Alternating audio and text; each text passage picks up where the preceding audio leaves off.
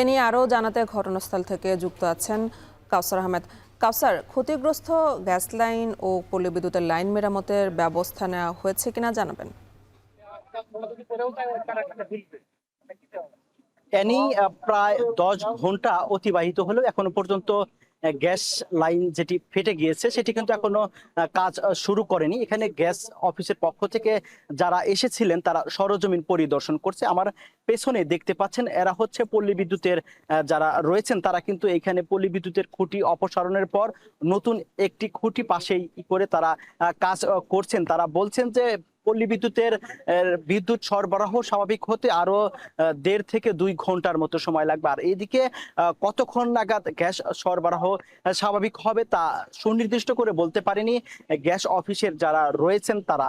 আর এদিকে গ্যাস সরবরাহ বন্ধ থাকায় টাঙ্গাইলের প্রায় ১৪,০০০ গ্রাহক যারা রয়েছেন তাদের বাসাবাড়িতে গ্যাস সরবরাহ বন্ধ রয়েছে। আর এছাড়াও আমাদের যে টাঙ্গাইলের গোরাইয়ের মির্জাপুরে যে শিল্পাঞ্চল রয়েছে সেখানে অন্তত ১৫টি ফ্যাক্টরিতে গ্যাস সরবরাহ বন্ধ রয়েছে। এখানে যে নাসির গ্লাসের যারা এসেছিলেন তারা বলছেন যে তারা তাদের এখন গ্যাসের পরিবর্তে তাদের ডিজেল দিয়ে কাজ করতে হচ্ছে। এতে করে তাদের উৎপাদন খরচ বেড়ে যাচ্ছে। আর এদিকে পল্লী বিদ্যুতের লাইন বন্ধ থাকায় এখানে যারা সাধারণ মানুষ রয়েছে তারা বলছেন যে এই ব্যবসা গরমে যাদের শিশু সন্তান রয়েছে তাদের চরম ভোগান্তি পোহাতে হচ্ছে। আর কিছুক্ষণ আগে চন্দ্রা থেকে তিতাস গ্যাসের একটি দল তারা এই লাইন সার্ভিসিং করার জন্য এসেছেন। তারা বলছেন যে তারা রাতের মধ্যে চেষ্টা করবেন বাইপাস লাইন করে তারা গ্যাস সরবরাহ করার জন্য। তবে এখন যে অবস্থা সেটি দেখে মনে হচ্ছে না যে রাতের মধ্যে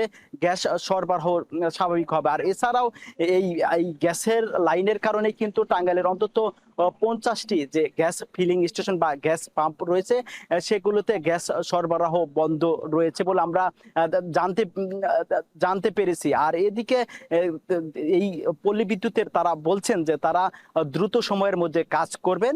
আর দ্রুত সময়ের মধ্যে কাজ শেষ হলে পল্লী বিদ্যুতের লাইন সরবরাহ বা বিদ্যুৎ স্বাভাবিক হবে। আর তবে এখনো পর্যন্ত বলা যাচ্ছে না যে কত দিন বা কত ঘন্টার মধ্যে তিতাস গ্যাসের সরবরাহ স্বাভাবিক হবে। তো এই ছিল আমার কাছে এই গ্যাসের লাইনের সর্বশেষ তথ্য।